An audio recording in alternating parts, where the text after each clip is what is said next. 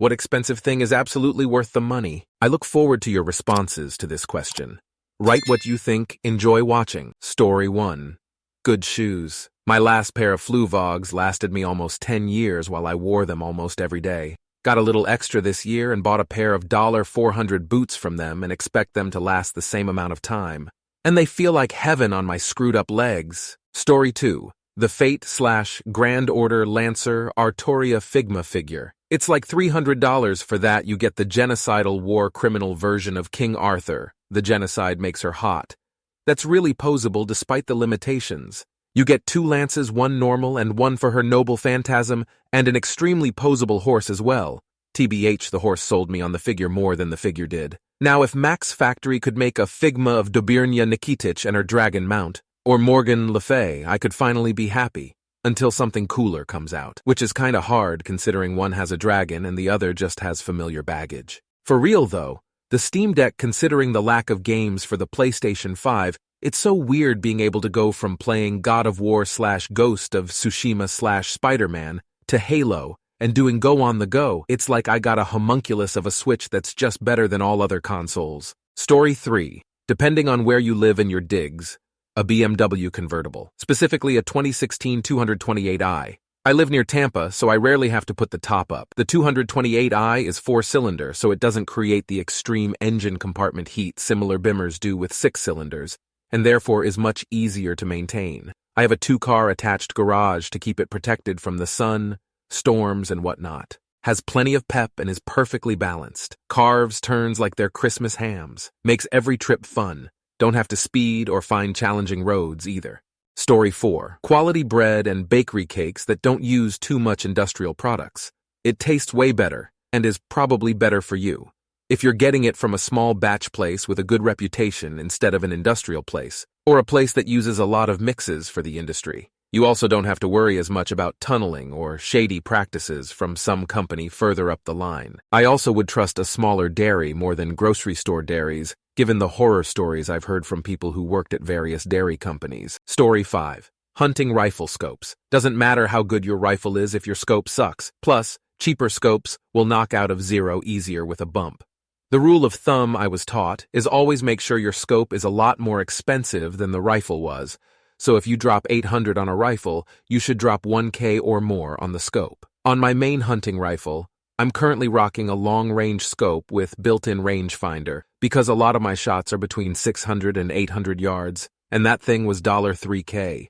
Granted, not everyone is hunting Western game and might not need that level of magnification, but still make sure you get a quality scope. Story 6. The old "if it goes between you and the ground" generally holds true. Good quality footwear, a good mattress, a good chair, and good tires are all worth the investment. Well-fitted clothes are expensive, but worth it.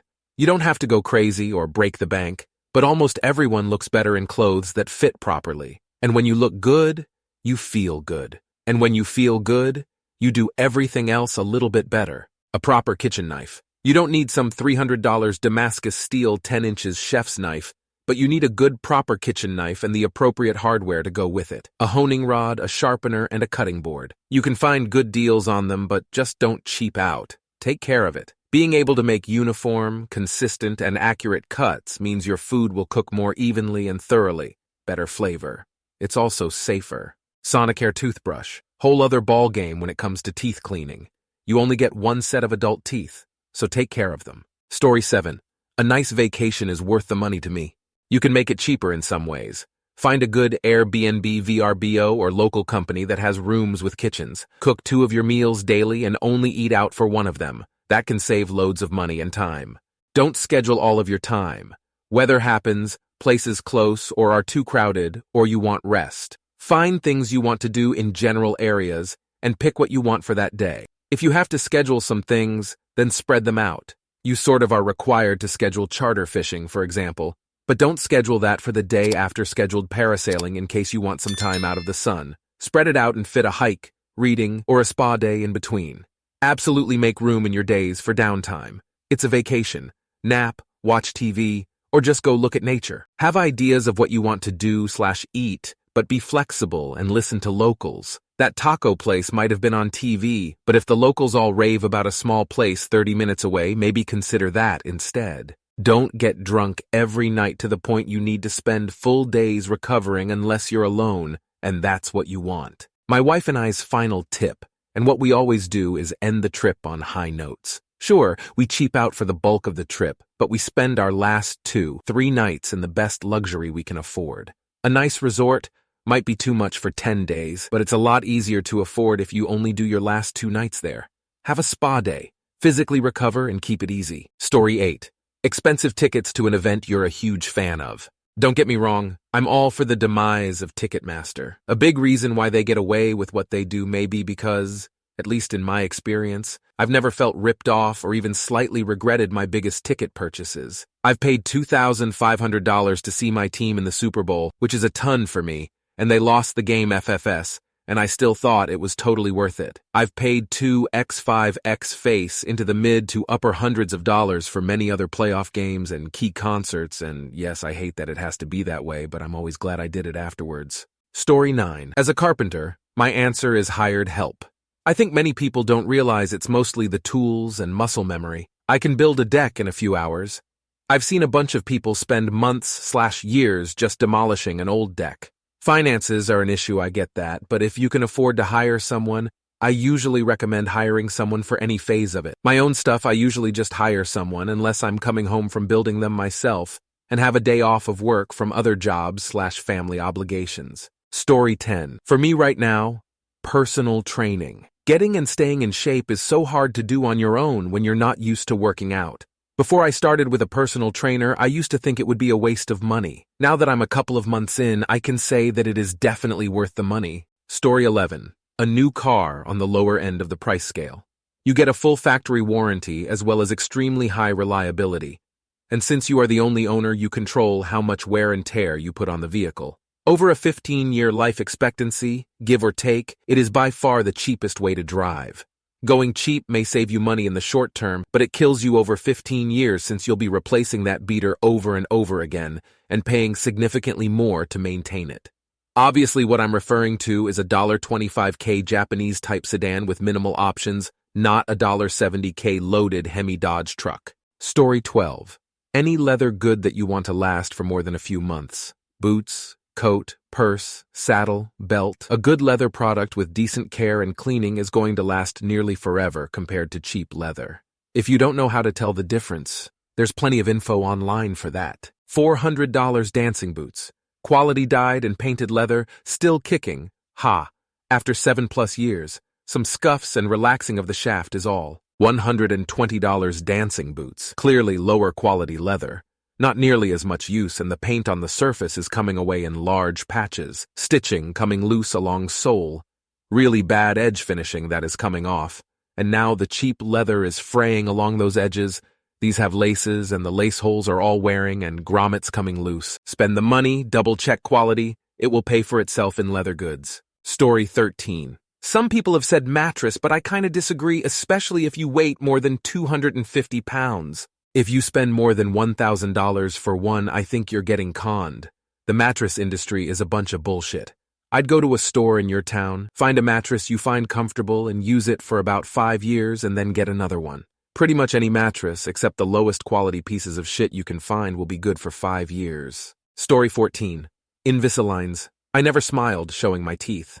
I hated speaking to new people because of my goofy teeth. My bites was off, which caused my teeth damage and headaches due to that as well as grinding. Filling after filling because of chips from that.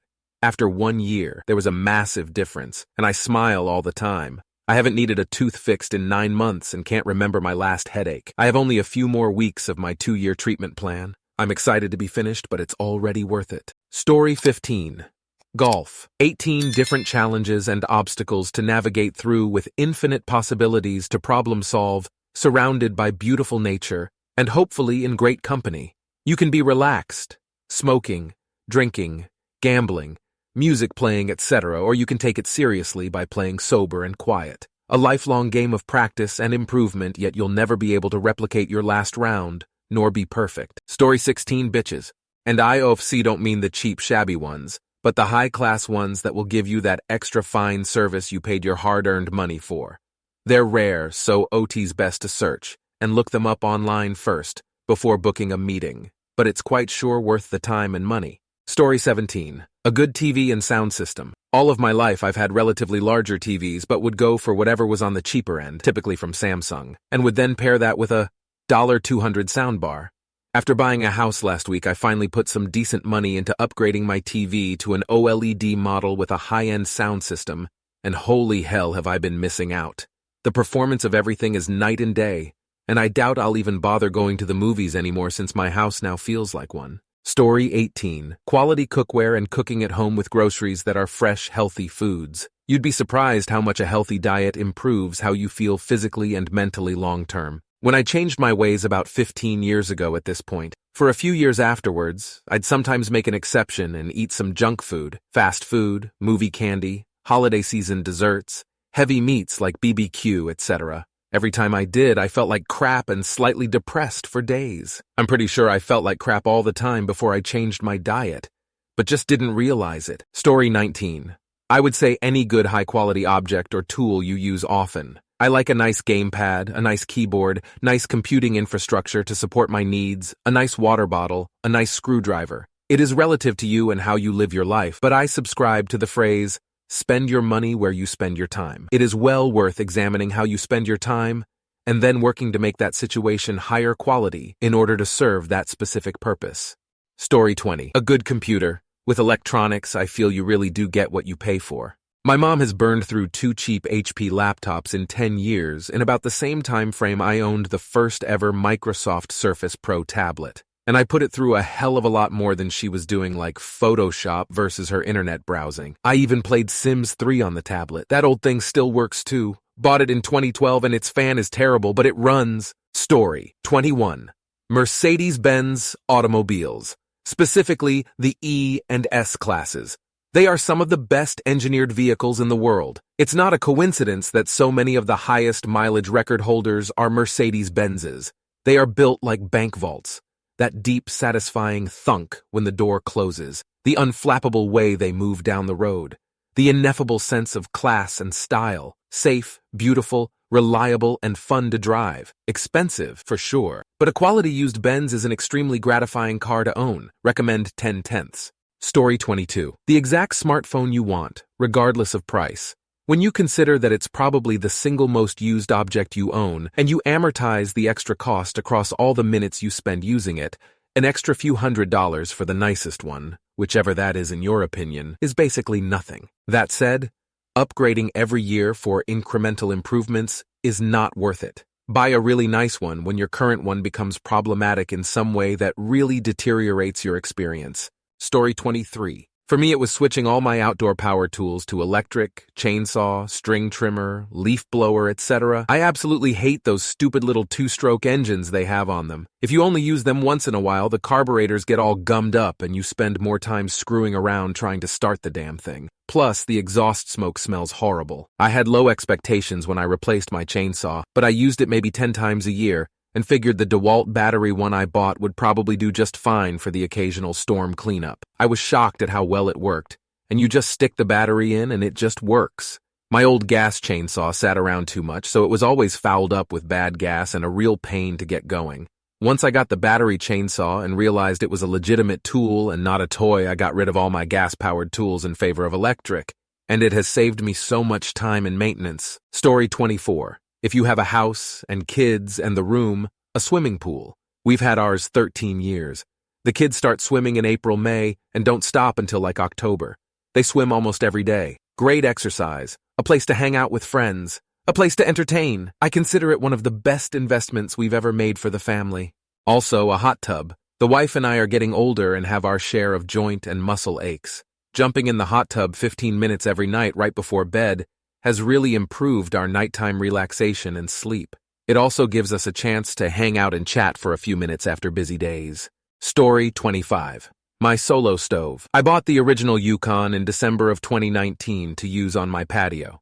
My past fire pits never last through Chicago winters. It has become, over the past 5 years, a place for my family and friends to come together and enjoy each other's companies. Now that my kids are in high school, they are doing the same with their friends, worth every penny to me. Story 26. Many things depend entirely on yourself. Like, I got this expensive Bosch professional drill, which is really fucking good. But if you only use a drill once a year, it is completely wasted money. At my workplace, we have a cordless drill for over €800, which works as if it was made by Simon the Digger himself, but of course, way overpriced for anyone not using it for business. For me, buying a good tablet to take notes on was absolutely worth the money. But if you prefer paper notes or also just don't take notes that often, then WTF you want that tablet for? Story 27. I found a brand that I like called Stand For Socks. They're comfortable, but not luxuriously so, and I can't yet attest to how hard-wearing they are, but they're priced in the premium sock bracket. What I like is that for every pair I buy, they also donate a pair of thick, durable socks to the homeless, which is something that I really appreciate. It also makes me feel a little bit better about spending, sometimes ridiculous, money on clothes for myself when others are so clearly in need. I know that's selfish, but it's the way it is. Story 28. Or if you road trip. My wife, dog, and I just took a 3K mile trip in a new 2024 Kia Telluride. It replaced a 2007 Honda Pilot. The safety features are phenomenal, and the cruise control is amazing. If you set it to 75 and creep up on someone who is doing 70, it will slow down and maintain 3 or 4 seconds of spacing. Change into the passing lane, and it will go back up to 75. Driving is so much more relaxing now. I won't wait that long to get a new car again. Story 29. Boots. Take Boots, for example. He earned $38 a month plus allowances. A really good pair of leather boots cost $50. But an affordable pair of boots, which were sort of okay for a season or two, and then leaked like hell when the cardboard gave out, cost about $10. Those were the kind of boots Vimes always bought, and wore until the soles were so thin that he could tell where he was in Ankh-Morpork on a foggy night by the feel of the cobbles. But the thing was that good boots lasted for years and years. A man who could afford $50 had a pair of boots that'd still be keeping his feet dry in 10 years' time, while the poor man, who could only afford cheap boots, would have spent $100 on boots in the same time and would still have wet feet. Men at Arms by Terry Pratchett. Thank you very much for watching. If you liked the video, like it, be sure to write comments and share your stories.